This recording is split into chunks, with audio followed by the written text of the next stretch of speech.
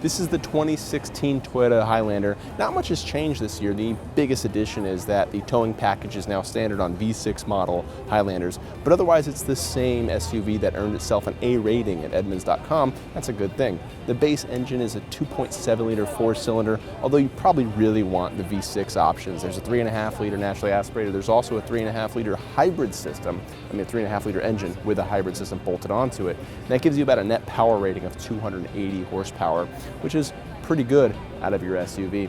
Otherwise, this is a bit larger than the RAV4, but not as big as like the giant, Sequoias or whatnot. So this mid-size gives you good storage space, but there's also one other perk that you'll find in the back of this. We've already got the hatch open, thankfully. And in this large cargo area, we've got third row seating, which is very nice. Oh, and then we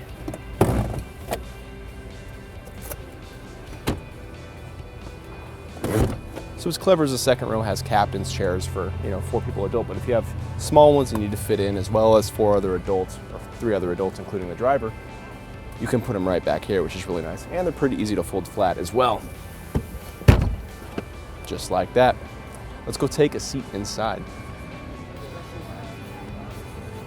Inside the Highlander, we don't have a key and we can't run it in accessory mode, so you won't be able to see any of the displays or anything, or the infotainment system, which is a bit of a bummer. But still, there are some cool things happening in this interior. Probably the most clever of which is this storage shelf right here, which is great for your phone, your wallet, your devices, whatever. And what's nice is there's a little pass-through right here. I want to put my finger up through it. See that? You can run your wires through this hole down to the multiple power options right here. So you can store your phone at this top level shelf, if I can put this back, and then charge it through a 12 volt or through a USB, and there's your aux input too. Heated and cooled seats in this model. This is going to be a higher trim level. The base price on this is 30 grand for, I think just under 30 grand for the 4-cylinder, but you really want the V6 in this model. The 4-cylinder is kind of taxed by the weight of this vehicle. Through the top you have a sunroof, because of course, and then the storage options down here are rather large. Good for certainly the size that you have, what you'd expect out of this kind of vehicle. But let's take a look in the back seat. What's nice about having the captain's chairs in the back seat without a third row here is that you feel like you have a bit more space in this interior.